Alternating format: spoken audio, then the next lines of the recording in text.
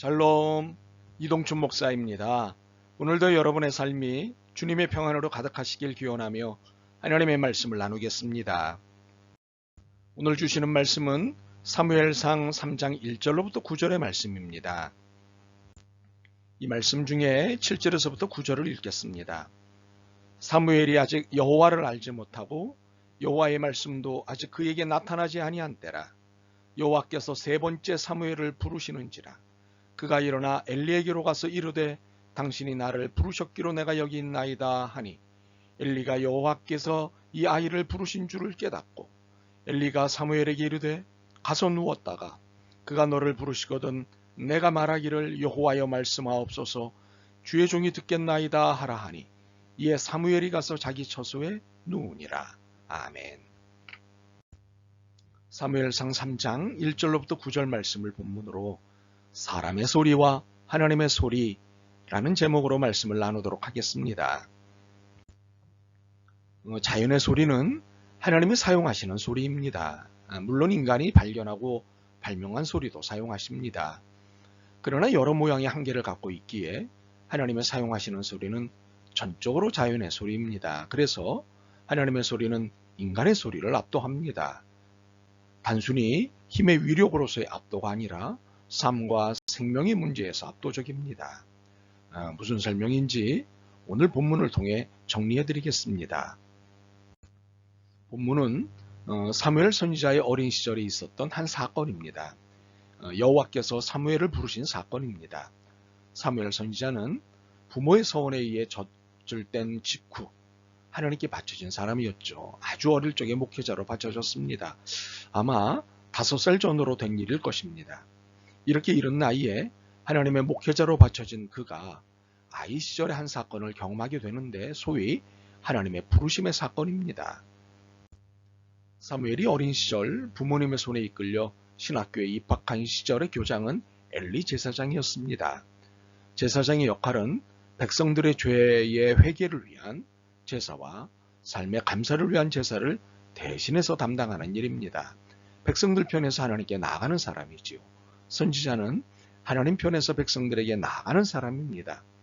이것이 제사장과 선지자의 역할 차이입니다. 엘리 당시에는 제사장이 영적 지도자의 역할을 감당하고 있었습니다. 바로 이 시절에 사무엘이 부모의 서원에 의해 하나님께 바쳐졌고 신앙과 신학 훈련을 받았습니다. 그러는 중에 오늘 본문의 사건을 만난 것입니다. 이때 엘리는 늙었고 눈이 어두웠습니다. 이 틈을 이용해 엘리의 두 아들 홈니와 비느하스는 매우 못된 짓을 하였습니다. 물론 이전부터 성도들이 성전에 바친 제물을 도둑질하는 등 못된 짓을 일삼았지만 아버지가 늙자 더욱 못된 짓을 일삼았습니다. 당시 제사장의 직분은 대물림이었습니다. 그래서 엘리의 아들 홈니와 비느하스는 일종의 부목사나 전도사급이었습니다. 그런 그들이 망나니 짓을 하였습니다. 이 하나님은 그들과 함께 그들 집안의 제사장 직무를 폐기하기로 결정하셨습니다. 그래서 대신할 사무엘을 마음에 두신 것이지요. 이렇게 사무엘을 마음에 두신 하나님이 어느 날 사무엘을 부르셨습니다. 비록 어린 나이였지만 나이와 상관없이 그를 부르셨습니다. 그런데 이 부르심의 소리를 처음에는 알아듣지 못했습니다.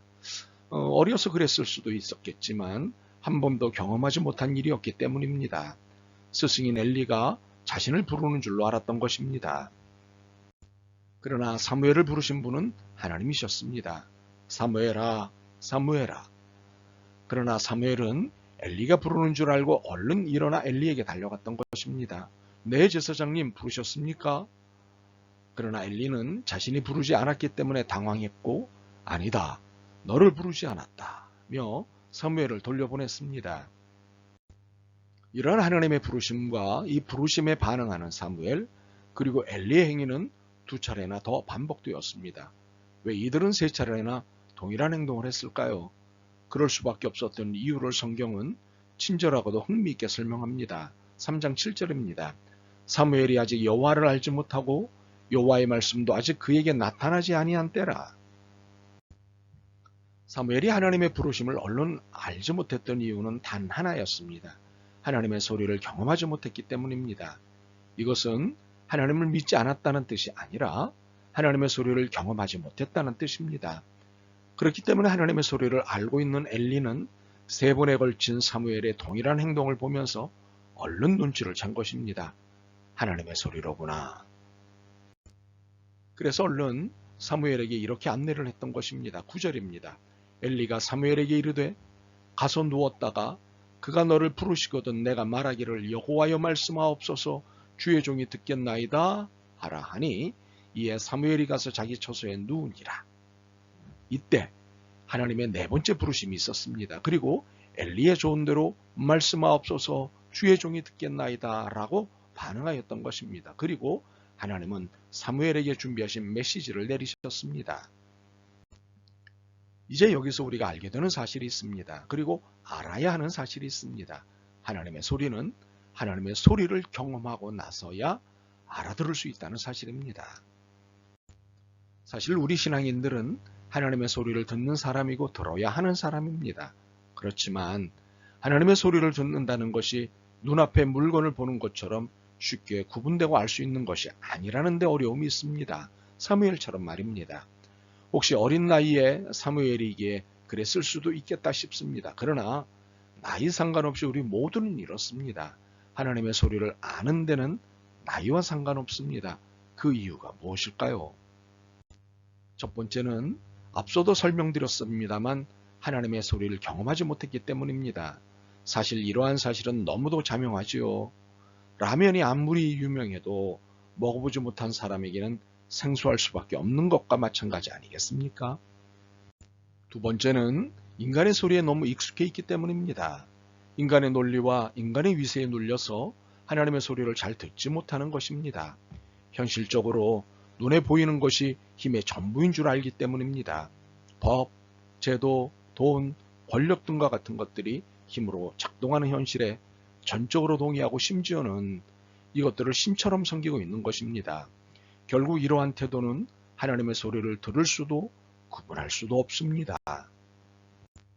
그렇다면 어떻게 해야 하나님의 소리를 알아들을 수 있을까요?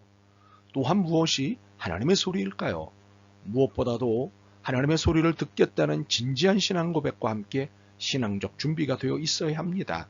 사무엘은 어린 나이였지만 소리에 민감했습니다. 영적으로 깨어 있었기 때문이지요. 물론 하나님의 소리를 사람의 소리로 착각했지만 경험이 없어서 그랬지 하나님의 소리를 들은 것은 분명했습니다. 이처럼 하나님의 소리를 들을 수 있는 자세는 영적으로 깨어 있어야 한다는 것입니다. 그렇다면 영적으로 깨어 있다는 것은 무엇일까요? 하나님의 말씀에 진지해 있는 것입니다. 진심으로 들을 준비와 함께 말씀을 따라 살겠다는 각오, 그 의지가 있을 때 이를 영적으로 깨어 있다고 말하는 것입니다. 혹시 영적으로 깨어 있다는 것을 신기한 소리를 듣고 신비한 환상을 보는 것으로 이해하시는 분들이 있습니다.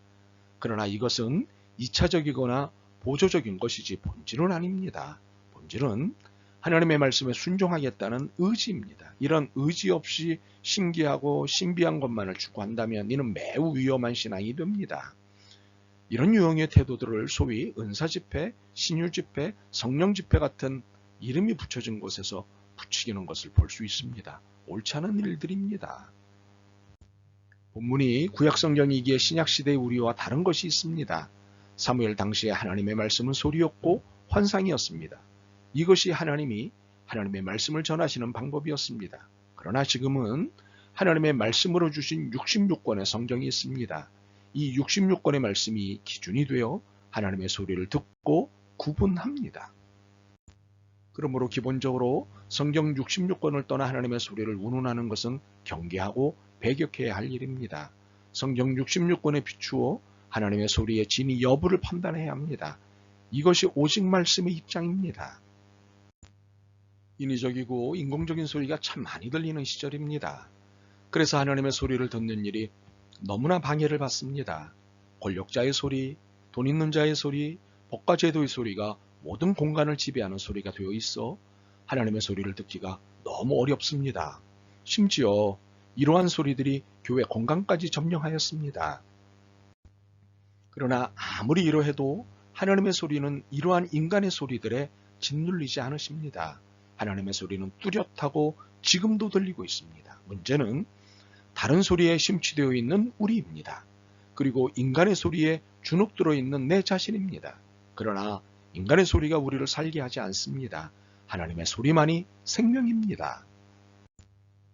이제는 하나님의 소리를 듣는 우리가 되기를 소원합니다. 사람의 소리가 힘이 있고 무섭다 해도 하나님의 소리를 이길 수 없습니다. 그러므로 성경 66권 안에서 말씀하시는 하나님의 소리에 민감하고 자연과 사건을 통해 말씀하시는 하나님의 소리에 겸손함을 보이는 우리이길 소망합니다. 아멘. 주님, 이제부터 사람의 소리가 아닌 하나님의 소리에 귀를 기울이겠습니다. 한계의 소리가 아닌 무한의 소리에 귀를 기울이겠습니다. 위로해 주옵소서, 용기를 주옵소서. 예수 그리스도의 이름으로 기도드립니다. 아멘. 오늘도 여러분의 믿음과 삶을 응원합니다. 사랑합니다.